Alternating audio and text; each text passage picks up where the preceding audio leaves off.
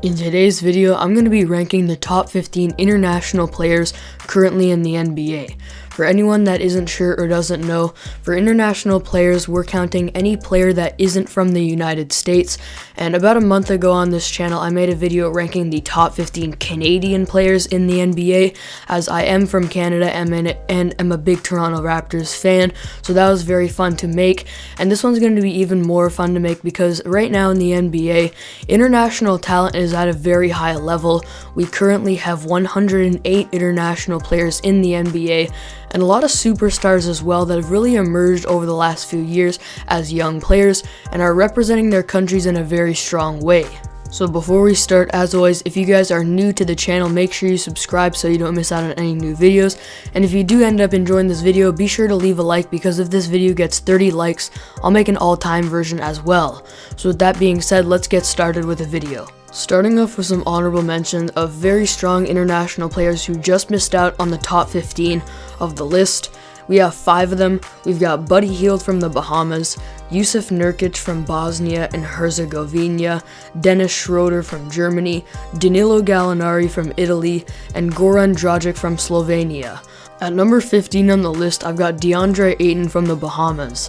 NBA players from the Bahamas are pretty rare, but this year we have both DeAndre Ayton and Buddy Hield in the league representing the Bahamas in the NBA. And in terms of DeAndre Ayton, for this season, he's got off to a little bit of a slow start offensively, not scoring at the production rate that he was last year, but he's still a dominant traditional center inside that gets a lot of block shots, is a pretty good overall defender, a very good rebounder, and can dominate in the post when he's at his best, and has lots of potential. I can't wait to see what he does as his career goes on, especially if he keeps playing with Chris Paul and Devin Booker. And like I mentioned, he is off to a slow start this year, which pushes him to 15 on the list, but he still is a very bright and young and sometimes dominant international player. At 14 on the list, I've got Bogdan Bogdanovic from Croatia. Bogdanovic is one of the most underrated players in the league in my opinion. I don't even think people remember how last year he averaged 20 points per game and was shooting around 40% from 3, and his shooting ability from 3 is something that I think he can keep up throughout the rest of his career, and not to mention that he still is a very good perimeter defender on the defensive end of the floor, and overall a very good scorer who, as I mentioned, averaged 20 points per game. His shooting ability and his perimeter defense makes him a top 50 player in the league in my opinion. He's very underrated, and he's representing his country in Croatia very well in the NBA, and for me comes in at 14 on the international players list. At 13, I've got Nikola Vucevic from Montenegro.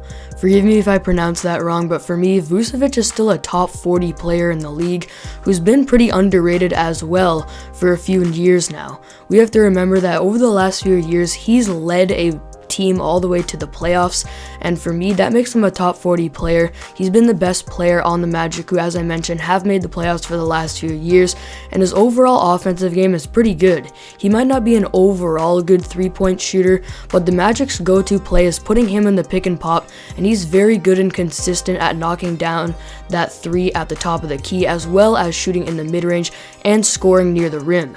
His defensive game is nothing special, and he's never been a very good playmaker as a center, but for me, he's underrated and deserves to be here at 13. At number 12, I've got Kristaps Porzingis from Latvia. We're starting to get into the category now of players that are all-star caliber players, and for Kristaps, I think he would be in the top 10 if it wasn't for injuries. We know that injuries have held him back a little bit throughout his career so far, and he's a very high potential player that is extremely versatile and has the nickname the Unicorn for a reason. On the offensive end of the floor, he's a very good floor spacer, 3-point shooter, and can score at all different levels, and as I mentioned in my last video talking about him in the 2015 redraft, his scoring around the rim can get a little bit better, and he does have to be a little bit more aggressive on that end of the floor, and if he does that and stays out of injury trouble mostly for the rest of his career, he's definitely going to be consistently a top 10 international player in the league. His defense is pretty good too inside the paint. He's a good rim protector, and for these reasons I'm putting him here at 12 on this list. At 11, I have Pascal Siakam from Cameroon, and if this was a few months ago and me making this video, Pascal would easily be in the top 10, but so far this season and in the playoffs last season, he hasn't looked like nearly the same player that we know that he truly is, and hasn't been nearly as confident and isn't scoring around the rim as much as he used to. but we know that when he is playing at his best, he's one of the best scorers in the league in the post, scoring around the rim and doing things like spin moves and getting easy layups around the rim. And he's also a very good defender, both down low and on the perimeter, and as a wingman, helping off of drives. And he's just a very good overall defender, very good at scoring down low when he's at his best, and overall has represented his country in Cameroon in a very strong way in the NBA so far, winning an NBA championship with the Raptors and winning the Most Improved Player. He's definitely going to be in the top 10 if he gets back to being himself. For now, I have to put him at 11. Kicking off the top 10, at number 10, I've got Shai GilgeousAlexander, the first of 2 Canadian players on this list.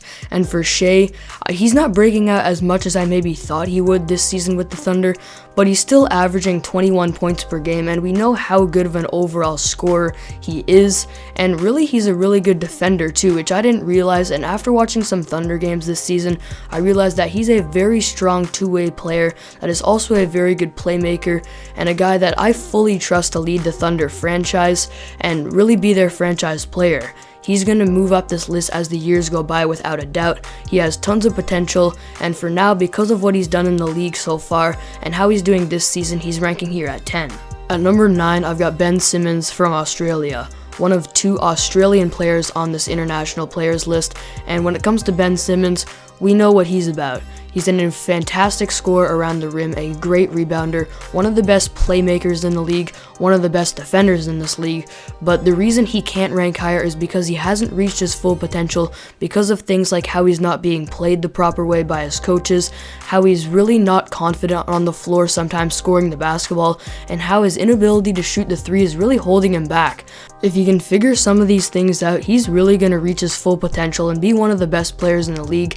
And as I mentioned, he's already one of the best playmakers, defenders, and scores around the rim when he's confident, and he's definitely representing his country of Australia very well so far in the NBA. At number 8 on the list, I've got Domantas Sabonis from Lithuania, and if you were to tell me before the season that he would be ranking above guys like Ben Simmons and Pascal Siakam, I wouldn't believe you.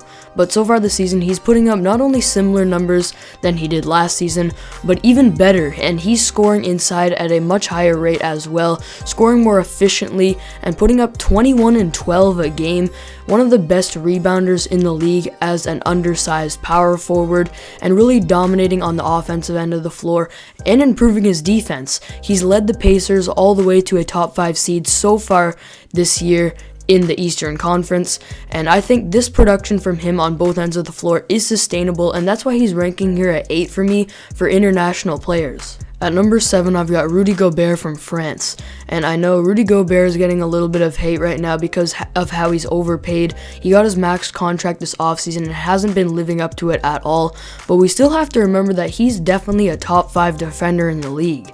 He's still probably the best rim protector we've seen in the league in today's NBA, a very good pick and roll defender, and one of the best rebounders in the league, probably top 3 up there with guys like Drummond and Hassan Whiteside. So because of how he plays his role so well, and I know he's not scoring at a very high rate, but because of how he plays his role defensively and grabbing rebounds and contributes to wins for this Jazz team, he's ranking here at 7 for me and is definitely doing a great job of representing France in the NBA. Coming in at number 6, I've got Jamal Murray from Canada.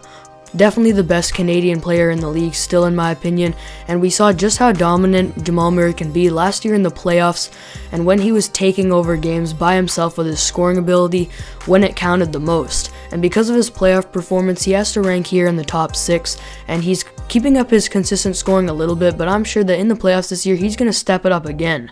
He's a fantastic 3-way scorer, can score at a very high rate around the rim, definitely in the mid-range, and from 3, he can create his own shot very well. He's a very good passer as well as a point guard, and for me, is an underrated defender as well. He's the best Canadian player in the league and ranks at 6 for the international players. Starting off the top 5 now, at number 5, I've got Kyrie Irving.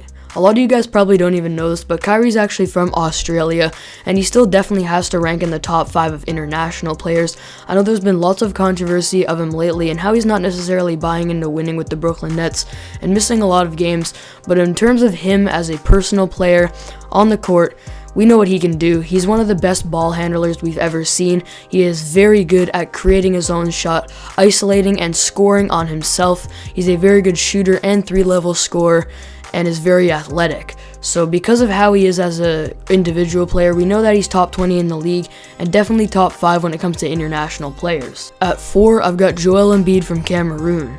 And throughout Joel's career, he's been one of the best players in the post in the entire league, and probably consistently the second best big man or the best big man. It depends on your opinion, but over the last few years, he's been right there in the top 2 in centers in the league, and he really plays like a traditional center, one of the very few traditional centers that we still have in the game. But as I mentioned, he's so good at scoring down low in the post, and is without a doubt an all defensive type of player as well, being a force on the inside when it comes to defense and shot blocking. He's putting together an MVP type of season this year, and without a doubt he ranks here at 4 on the international players. Coming in at number 3 now, I've got Nikola Jokic from Serbia. This is a pretty easy decision, and we're starting to get into the category of guys that have been consistent top 10 players throughout the last few years. So we have basically 3 players that are international and are in the top 10 in the league right now. For Jokic, as I mentioned in the 2014 redraft video that I made, Jokic and Embiid is a very interesting comparison, and I think Embiid would probably win in a 1v1, but Jokic is the better overall player for me just because of how good of a playmaker he is. And he too is putting together an MVP type of season this year, averaging a triple-double as a big man. He's an incredible passer. His basketball IQ is insane. Some of the passes he makes out there are just ridiculous. His court vision is very good. He's a very good scorer as well. He can stretch it out to 3, as we know. His defending is a little bit questionable, which is why he doesn't rank higher on this list and maybe in the top 5 in the league. But if he keeps this up, he's definitely an MVP type of player. He just needs to improve his defense and continue to get better as an overall player. At number 2, I've got Luka Doncic. What more do I have to say? He's an incredible overall player who in his second year in the NBA was close to averaging a 30-point triple-double. An incredible scorer, rebounder, a top 5 playmaker in the league in my opinion, and I think his defense is still a little bit underrated. For me, he's already a top 5 player in the league and a guy that could be number 1 on this list in the future, and a potential future MVP of the league as an international player from Slovenia. And at number 1, it's obviously Frank Ntilikina. Okay, that was just for jokes. We all know it's Bol. Come on, it's the god himself. Ah yes, Click would be so proud of me right now. Anyway, number 1 for real is Giannis. I mean, Luka could catch him by the time, maybe in 2 or 3 years, but for now we gotta give it to the back-to-back MVP. So there you have it. Those are my top 15 international NBA players in the league today. Be sure to leave in the comments what you think of my list, what you agree with, what you disagree with, and comment play Bol if you made it all the way to the end of the video. Thank you all for watching this video. Be sure to subscribe if you're new so you don't miss out on any new videos, and I'll see you guys next time.